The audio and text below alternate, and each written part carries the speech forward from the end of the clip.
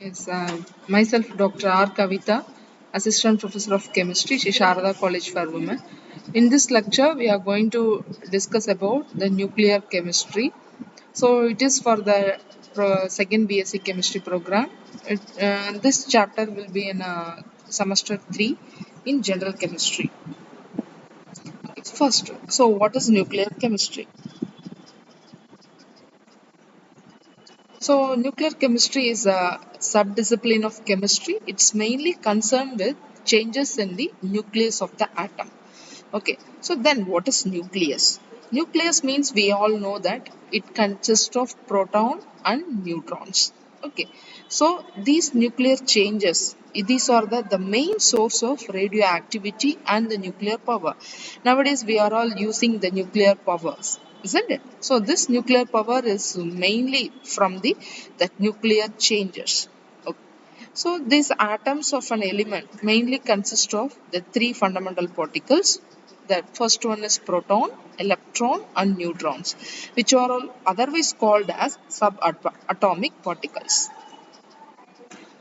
So the subatomic particles are mainly responsible for a physical, chemical and also for the nucleic behavior of atoms of all the elements.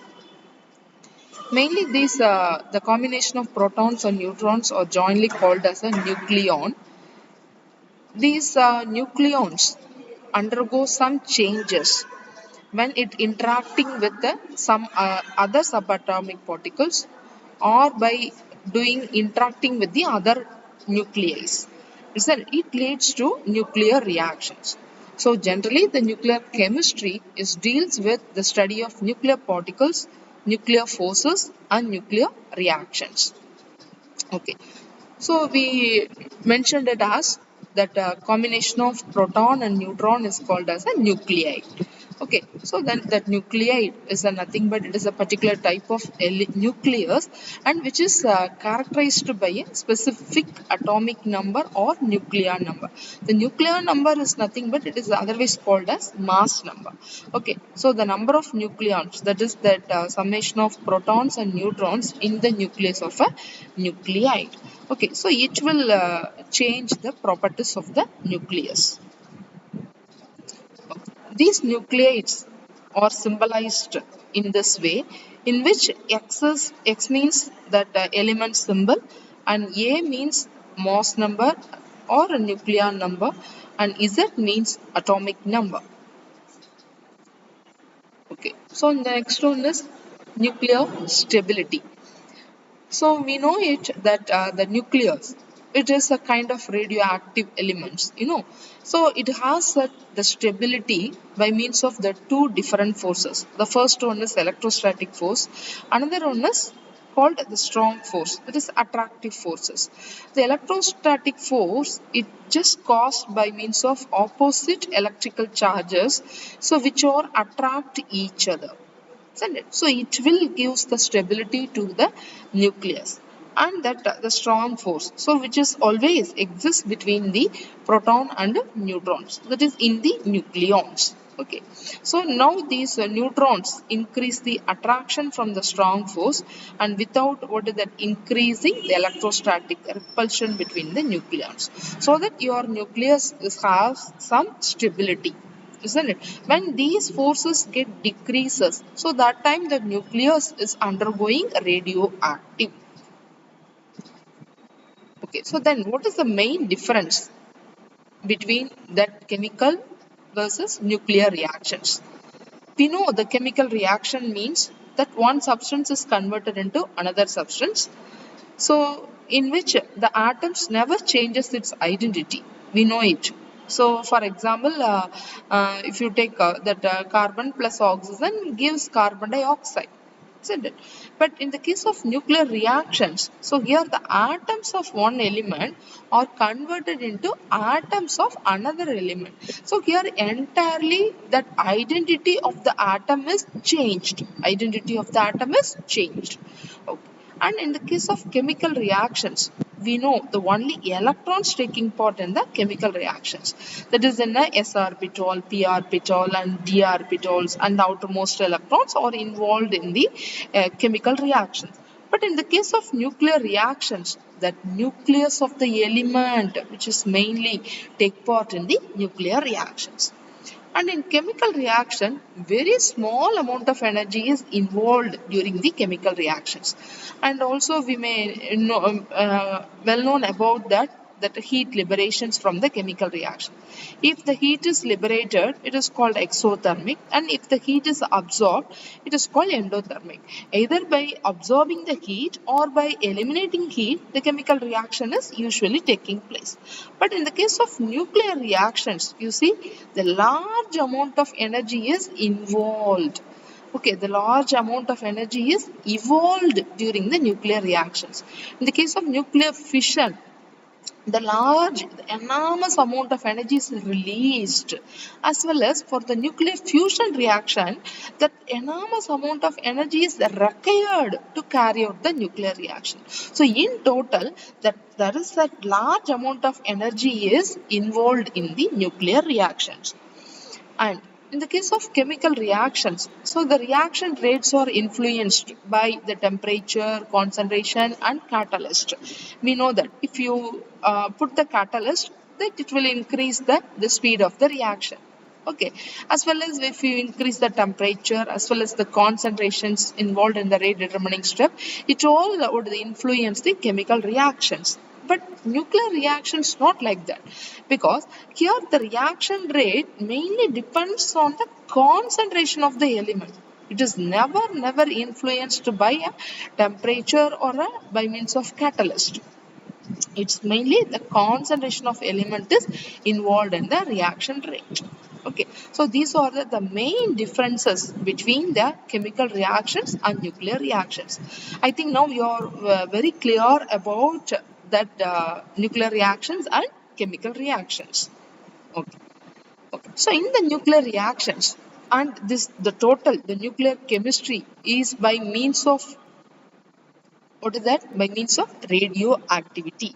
Then what is radioactivity? So here the radioactivity is a phenomenon of a spontaneous or uncontrollable disintegration occurs by means of a active radiations from an unstable atomic nucleus. You see here that nucleus is unstable, so it undergo a spontaneous disintegration. It is also uncontrollable. Okay, it is spontaneously disintegrating by means of emitting the radioactive radiations. So these radioactive radiations are mainly of the three types. The one is alpha radiation, beta radiation and gamma radiations, isn't it? So when you keep a particular unstable nucleus, it's keep on disintegrating. Okay, so by emitting alpha, beta and gamma radiation. So then what is alpha radiations? We know it. So when these radiations are given out by the radioactive element, the process is called alpha decay, beta decay and gamma decay. If the process eliminates alpha particle, then it is called alpha decay. If the process eliminates beta particle, then it is called beta decay. And if it eliminates a gamma particle, then it is called gamma decay. Isn't it, respectively? Okay, so now this you see the diagram which represent that the behavior of alpha, beta and gamma rays in an electric field. You know that, so it is a lead block in which it is a radioactive substance in which the radiation is coming out. Now we don't know about the radiations, the nature of the radiation. So then this radiation is passed between the electrically charged plates. When it is kept between that electrically charged plates, now your radiations get deflected. Okay, so by it is recorded in the photographic plate. Okay, so usually if it is at a straight line, so then that radiation does not contain any particles, either a what is a plus particle or a negative, that is either a positive or a negative, then these rays are called as a gamma rays. Okay, if your particle, your radiation contains a negative charge, then it is deflected at the positive side. And if your particle is your radiation contains positive particles, then it is deflected in the left side, that is negative side. It is called alpha rays, and that this one is called beta rays. Okay, so let us see in this in detail about alpha, beta, and gamma particles. The first one is alpha decay. So in which the element emits an alpha particle. Here that the mass number, when it eliminate alpha particle, the mass number is decreases by 4 units and atomic number is decreases by 2 units. So this is called as alpha decay. You see this example, uranium 92 238. So the 92 is the atomic number, 238 is the mass number. So here when it eliminate alpha particle, this is nothing but the atomic number 2 means it is called helium particle. You know it. So okay. So when that helium particle is eliminated, it is emitted, then that atomic number is decreases from 92 to 90. 90 means it represents thorium, as well as that mass number is decreases by 4 quantities, that is from 238 to 234. Similarly, you see that another example, plutonium, it also emits alpha particles, by which that 94 is become 92. 92 means it represents uranium particle, and plutonium 239, it is decreases by 4 units and it leads to uranium 92 235. So it involves emission of a helium nucleus, isn't it? So this is the diagram which represent that alpha decay process. That is the 2 protons and 2 neutrons are lost from the elements. Okay. So it is the proton and neutrons leave an alpha particles. And the next one is beta decay. That is the elimination of beta particle. So now when the beta particle is eliminated, the mass number remains unchanged. The mass number remains unchanged. Only the atomic number is increases by 1 unit. Okay, so now that atomic number is increases by 1 unit. So why such? You know that the beta particle is represented by beta minus 1 0. So that is the atomic number is minus 1 and the mass number is 0. That is the atomic number is increases by 1 unit by means of beta particles. Okay, for example, you see the neutron, it is converted into proton. The neutron is converted into proton. You see then another example in which hydrogen 1,3, that is tritium, it is converted into helium 2,3. Isn't it? So there is no changes in mass number, only the atomic number is changes from 1 to 2.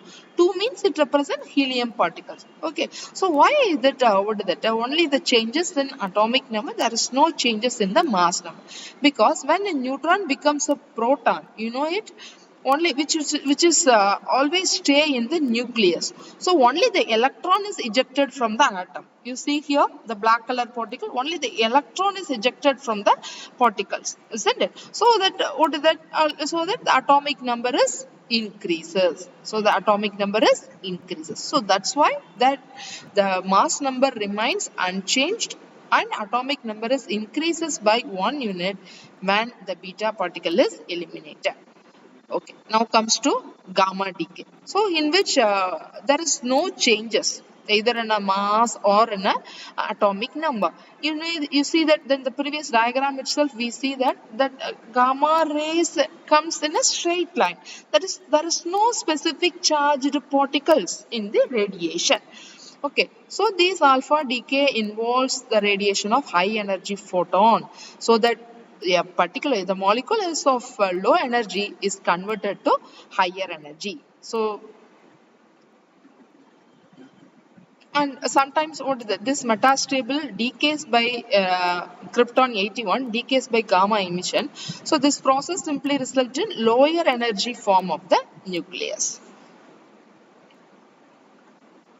Okay, so now this table represent that the difference between alpha, beta and gamma rays as we discussed earlier. So this is a helium-2 4 particle. Beta means it is a E -1 0, and this is what is that? It is consist of only photons.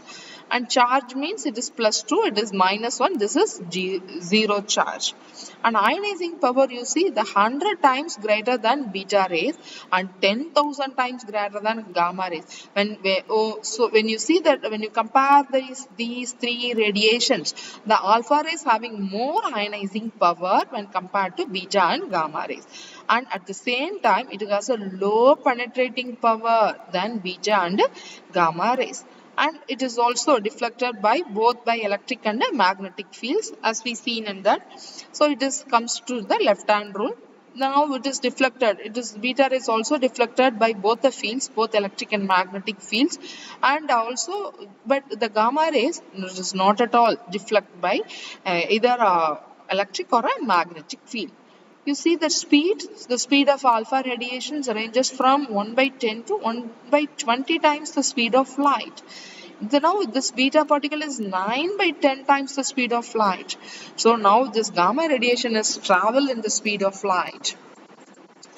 So in addition to this alpha, beta and gamma decay, we are just touching up the two different concepts called the radioactive decay and decay constant. So what does radioactive decay mean? So here that is the rate of the number of radioactive elements disintegrating per unit time is called rate of radioactive decay, otherwise called rate of radioactive disintegration. It is always proportional to the number of radioactive elements present at the particular instant. And the rate expressions, we know that it is directly proportional to the NT, isn't it? So here NT means what is that? The number of radioactive atoms present after the particular time. So to remove the proportionality constant, we are introducing to remove the proportionality, we introduce a constant called lambda. So this is called a decay constant. Okay, lambda is called as a decay constant. So here the negative sign indicates that the number of atoms decreases with the time.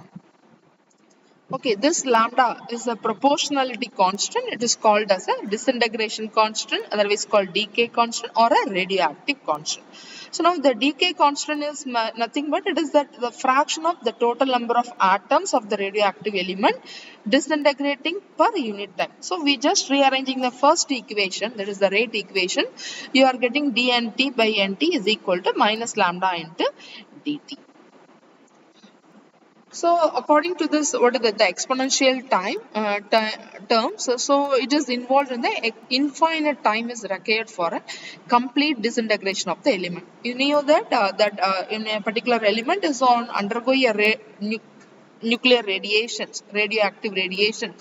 So it need infinite time to complete the disintegration. Okay, so even if you see that if you take a very common examples, if you take a carbon, it also for this half-life period is around 50 years. So for when you have, if you take 1 gram of carbon, it is converted into 0.5 gram by means of taking 50 years. So that is a time passes, the amount of radioactive element is decreases, and at the infinite time very negligible amount remains, so that the amount will not be reduced to zero. It never becomes zero, it is slowly disintegrating. Okay, and also here this radioactive disintegration follows first order kinetics. Okay, good. So that we have discussed about that the basic concepts of the nuclear chemistry. It mainly involves the subatomic particles, and also we have discussed the properties of the subatomic particle, and also the rate of disintegrations and the decay constants. Okay, thank you, students. And if you have any clarifications, and also to this YouTube video, I'll attach the